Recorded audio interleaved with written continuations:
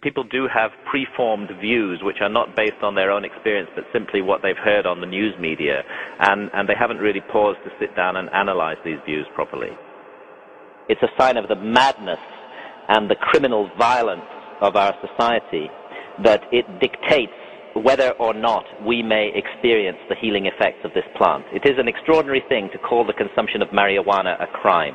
It is a victimless crime, if it's a crime at all. An individual alone in his or her own house, sampling a plant which has been with humanity since the beginning of time, for that to be called criminal is insane.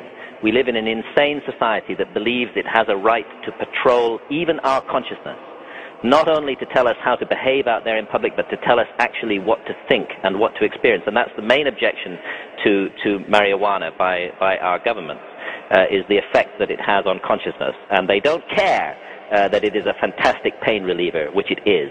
They don't care about its wonderful medical properties. They just want to stop anybody experiencing these effects on consciousness. And no wonder our society is in such a mess, where we imagine we live in a democracy and yet elect governments that actually have the nerve to tell us what we may and may not experience inside our own heads without doing any harm to others. There is so much hypocrisy, so much humbug in government positions on these matters. Governments know perfectly well that the rules that they have made, the misery that they inflict on people's lives, don't get rid of these problems. If we really want to solve the problem of drugs, we need to open up the whole issue to broad public discussion, and we have to accept and admit that certain plant products, such as these ancient hallucinogens that shamans use, are entirely beneficial in their interaction with the human race.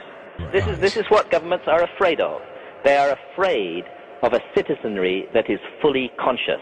They actually want us to be unconscious. They want us to simply focus on this alert, problem-solving, competitive mentality that makes us good consumers and good competitors in the business place.